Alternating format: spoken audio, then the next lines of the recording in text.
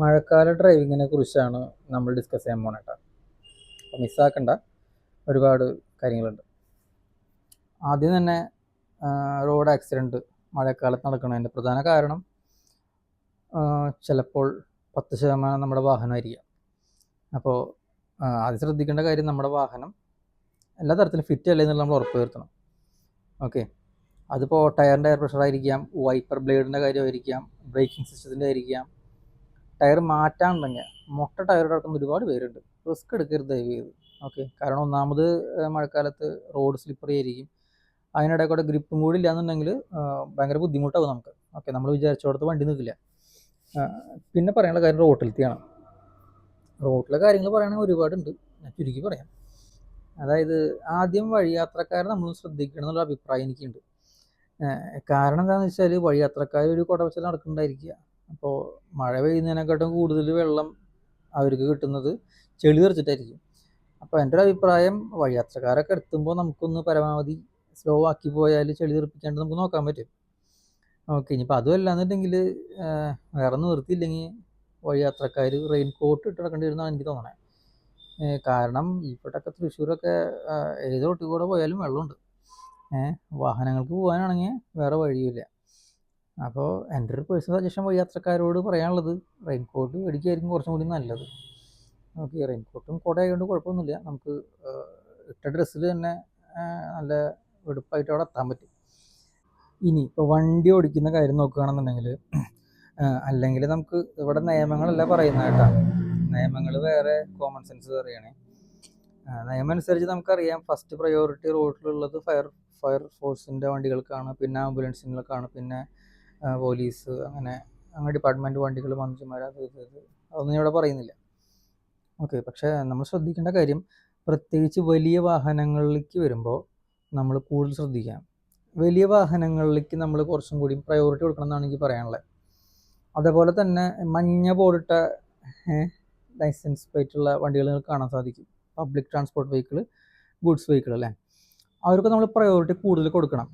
കാരണം എന്താണെന്ന് വെച്ചാൽ, നമ്മൾ പ്രൈവറ്റ് കാറിൽ അല്ലെങ്കിൽ പ്രൈവറ്റ് വണ്ടികളിൽ സഞ്ചരിക്കുമ്പോൾ എന്താണെന്ന് വെച്ചാൽ നമ്മുടെ ആവശ്യങ്ങൾക്ക് വേണ്ടിയിട്ട് പോകുമായിരിക്കും അല്ലേ. പക്ഷെ പബ്ലിക് വണ്ടികൾ വരുന്ന അങ്ങനെ ആയിരിക്കില്ല, മറ്റുള്ളവർക്ക് വേണ്ടിയിട്ടും കൂടി ഓടുന്ന വണ്ടികളാണ് അവരെല്ലാം. അപ്പോൾ അവർക്ക് കുറച്ചും കൂടി പ്രയോറിറ്റി നമ്മൾ കൂടുതൽ കൊടുക്കണം.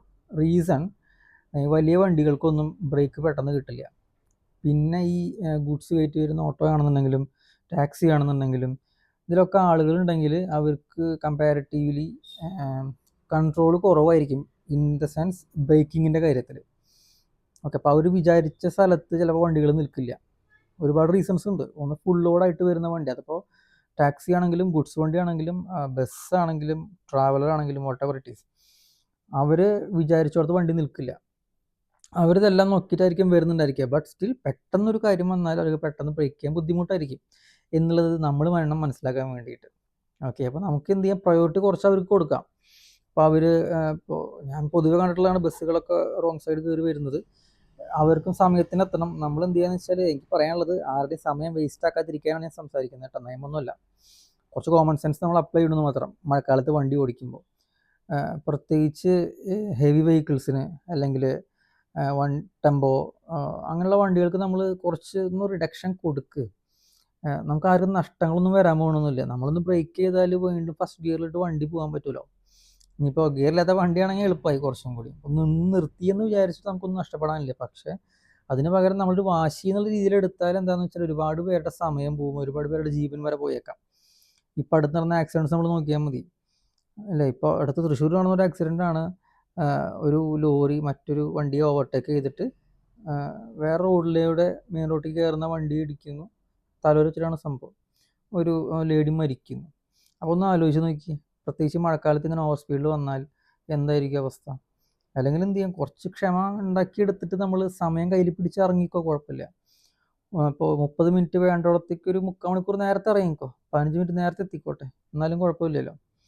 അപ്പോൾ കുറച്ച് കോമൺ സെൻസ് നമ്മൾ അവിടെ ഉപയോഗിക്കുക, ഒരുപാട് ജീവനുകൾ രക്ഷിക്കാൻ പറ്റും. ഇപ്പോൾ തൃശ്ശൂരിൻ്റെ മറ്റൊരു അപകടങ്ങൾ കണ്ടതല്ലേ, കുഴി കണ്ടിട്ട് വെട്ടിച്ചതാണെന്ന്. അപ്പോൾ കുഴികൾ നമുക്ക് ജീവനെക്കാട്ടും വലുത് ആണോ കുഴിയിൽ വീഴുന്നതെന്നുള്ളത് നമ്മൾ ആലോചിക്കണം. ഓക്കെ, ഞാൻ നേരത്തെ പറഞ്ഞ പോലെയാണ്, ബസ് ഓൾറെഡി ഒരു ഇതിലേക്ക് പോകുന്നുണ്ടായിരിക്കുക, പെട്ടെന്ന് അൺഎക്സ്പെക്റ്റഡ് ആയിട്ട് വരുമ്പോൾ അവരും പ്രതീക്ഷിക്കുന്നില്ല എങ്ങനെ വെട്ടിക്കുന്നുള്ളതൊന്നും. അപ്പോൾ നമ്മൾ കുറച്ച് അലേർട്ടായിട്ട് ഓടിച്ചോളൂ. ഇത്തിരി സ്ലോയിൽ ഓടിക്കാം, കുഴപ്പമൊന്നുമില്ല. ശ്രദ്ധിച്ച് ഓടിക്കാം. ഇൻഡിക്കേറ്ററൊക്കെ പ്രോപ്പറായിട്ട് ഇട്ടിട്ട് ഓടിക്കണം. ഒരുപാട് പേര് ഇൻഡിക്കേറ്റർ പോലും ഇടാണ്ട് മഴക്കാലത്ത് വണ്ടി ഓടിക്കുന്നുണ്ട്. പാർക്ക് ലൈറ്റ് പോലും ഇടാണ്ട് മഴക്കാലത്ത് വണ്ടി ഓടിക്കുന്നുണ്ട്. അപ്പോൾ ഇതുപോലുള്ള ഒരുപാട് കാര്യങ്ങൾ നമ്മൾ എല്ലാവരും ശ്രദ്ധിച്ചാൽ ഒരുപാട് അപകടങ്ങൾ കുറയ്ക്കാൻ പറ്റും. ഓക്കെ. ഇപ്പോൾ വലിയ വണ്ടികൾക്ക് സമയം വഴി കൊടുക്കുക, അവർക്ക് സമയത്തിന് എത്തിക്കോട്ടെ, അങ്ങനെയൊക്കെ ഒന്ന് വിചാരിക്കാമല്ലോ. നമുക്ക് വേറെ എന്തെങ്കിലും നഷ്ടപ്പെടാനുണ്ടോ? പ്രത്യേകിച്ച് ആംബുലൻസിനെ വരെ വഴി കൊടുക്കാത്ത ഒരുപാട് വ്യക്തികളുണ്ട്. ഒന്ന് ആലോചിച്ച് നോക്കിയാൽ, നമ്മുടെ ആരെങ്കിലും ആണ് ആംബുലൻസിലുള്ളതെന്ന് വെച്ചാൽ നമ്മൾ വഴി കൊടുക്കില്ലേ? നമ്മൾ വഴി ഉണ്ടാക്കില്ലേ? അപ്പോൾ അങ്ങനെയൊക്കെ ഒന്ന് ആലോചിക്കാം നമുക്ക്. ഓക്കെ. അങ്ങനെയൊക്കെ ആലോചിച്ച് നമ്മൾ മഴക്കാലത്ത് വണ്ടി ഓടിക്കും. കുറച്ച് കെയർഫുള്ളായിട്ട്, എക്സ്ട്രാ കെയർഫുള്ളായിട്ട് ഓടിക്കണം എന്നാണ് ഞാൻ പറയാനുള്ളത്. പ്രത്യേകിച്ച് പിന്നെ എൻ്റെ ഒരു സജഷൻ ഉള്ളത്, നമ്മുടെ കൊറിയർ, സ്വിഗ്ഗി, സൊമാറ്റോ ഒക്കെ ഉണ്ടല്ലോ, അവർ കുറച്ചും കൂടി ഒന്ന് റിഡക്ഷൻ കൊടുക്കണം. കാരണം അവർ മറ്റുള്ളവരുടെ ആഹാരം, മറ്റുള്ളവരുടെ സാധനങ്ങളൊക്കെ കൊടുക്കാൻ വേണ്ടിയാണ് പോകണേ. അപ്പോൾ അവർക്കും ഒരു റിഡക്ഷൻ കൊടുക്കുക. അവരൊക്കെ പോവാണെങ്കിൽ പൊക്കോട്ടെ എന്നുള്ള രീതിയിലൊന്ന് ഓവർടേക്ക് ചെയ്യാനൊക്കെ സമ്മതിക്കുക. സ്ഥലങ്ങൾ കൊടുക്കുക, നിർത്തി കൊടുക്കുക, അതൊക്കെ നമുക്ക് ചെയ്യാമല്ലോ. ഓക്കെ.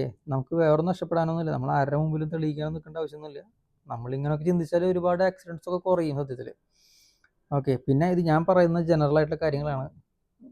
ഒരുപാട് അസുഖങ്ങളുള്ളവരൊക്കെ ഉണ്ടാവും, ദേഷ്യക്കൂടുള്ളവരും, ഇനിയിപ്പോൾ എന്തെങ്കിലും അടി ഉണ്ടാക്കാൻ തുനിഞ്ഞിട്ട് ഇറങ്ങുന്നവരും അങ്ങനെയൊക്കെ ഉണ്ടാവും. പക്ഷെ ഞാൻ പറഞ്ഞിട്ടുള്ള കാര്യങ്ങൾ ജനറൽ ആയിട്ടുള്ള കാര്യങ്ങളാണ്. അങ്ങനെയുള്ളവർക്ക് നമ്മൾ വേണ്ട രീതിയിൽ തന്നെ മറുപടി കൊടുക്കുക എന്ന് വെച്ചാൽ, നമുക്ക് വേണമെന്നുണ്ടെങ്കിൽ പരാതി കൊടുക്കാം. മറ്റുള്ളവർക്ക് ഉപദ്രവിക്കാതെ, മറ്റുള്ളവരുടെ സമയം കളയാതെ നമുക്ക് എങ്ങനെയൊക്കെ റിയാക്ട് ചെയ്യാൻ പറ്റും അതൊക്കെ നമുക്ക് ചെയ്യാം. അതിനൊന്നും കുഴപ്പമില്ല. ഓക്കെ. അപ്പോൾ മഴക്കാലത്ത് ശ്രദ്ധിച്ച് ഓടിക്കുക. എല്ലാവർക്കും വീട്ടുകാരുണ്ടായിരിക്കും, കാത്തിരിക്കാൻ ഒരുപാട് ആൾക്കാരൊക്കെ ഉണ്ടായിരിക്കും. അപ്പോൾ അവരുടെ സമയവും അവരുടെ സന്തോഷം കൂടി നമ്മൾ കൺസിഡർ ചെയ്യണം. ഓക്കെ. എല്ലാവരും സേഫായിട്ട് യാത്ര ചെയ്യുക. മഴക്കാലം കൂടാൻ പോവുകയാണ്. ഓക്കെ. അപ്പോൾ ഇനി വെള്ളപ്പൊക്കമൊക്കെ ഉണ്ടാവാം. അപ്പോൾ ഗൂഗിൾ മാപ്പിലൊക്കെ കറക്റ്റായിട്ടൊന്ന് പോയിൻ്റ് ഔട്ട് ചെയ്ത് കൊടുത്താൽ ഇനി വരുന്നവർക്കത് റെഫറൻസ് ആയിട്ട് ഉപയോഗിക്കാം. ഒരുപാട് കാര്യങ്ങളുണ്ട്. ഇതൊരു ഐഡിയ മാത്രമാണ്, ഉപകാരമായി എന്ന് വിചാരിക്കുന്നു. ഓക്കെ. Thank you.